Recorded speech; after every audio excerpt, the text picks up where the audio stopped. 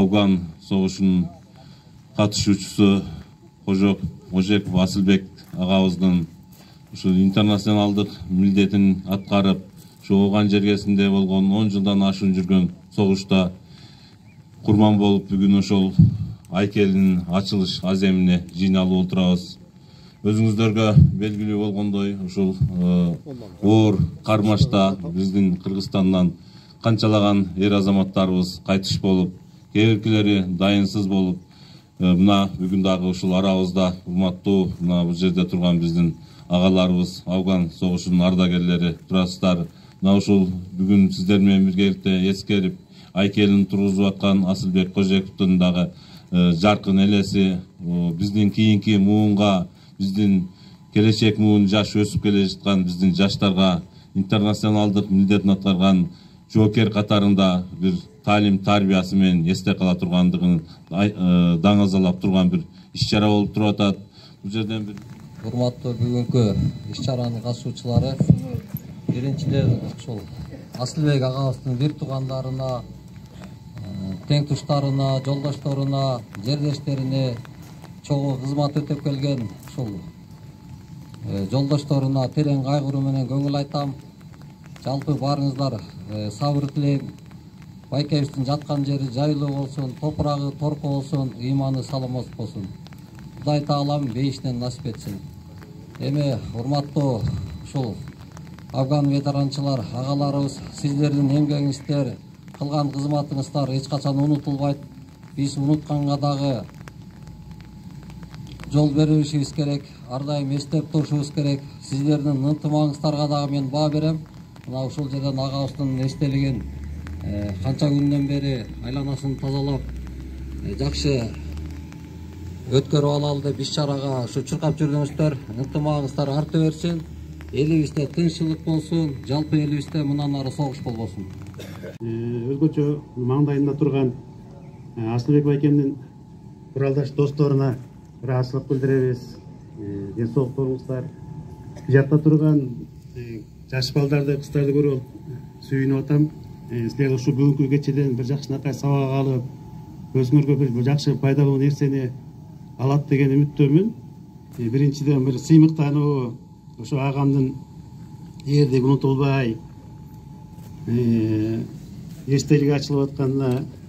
Экинчиден болсо баягы кайгыруу, жаш кетти.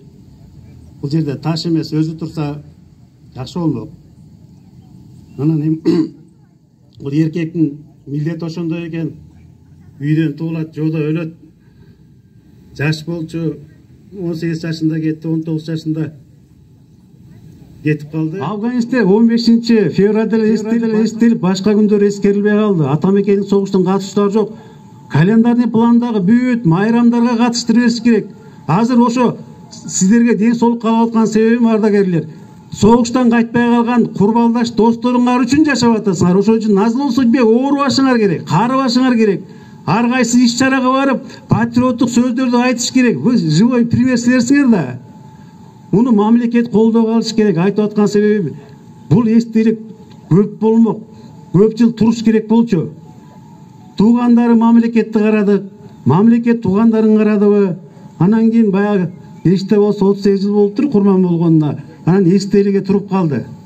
Бул мындай баатырларга арналган иш-чаралар мамлекеттин милдети болуш керек, мамлекеттик идеология болуш керек.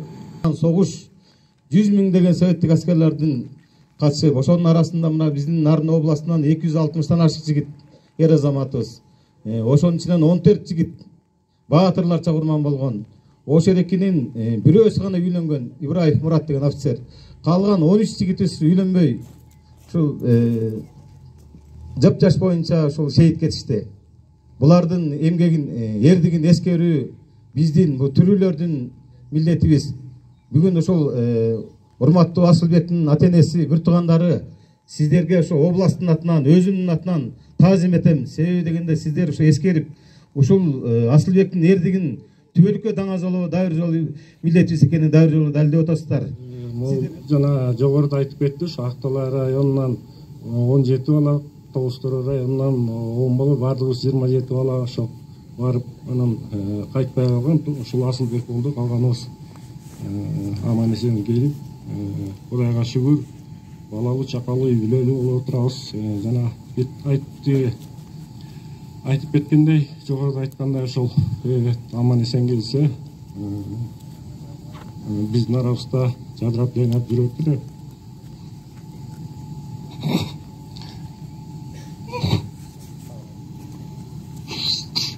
Сиздерге таазим. Бир туугандарына бул жерде эжелери, бир туугандары, агалары отурат. Сиздерге таазим кылабыз.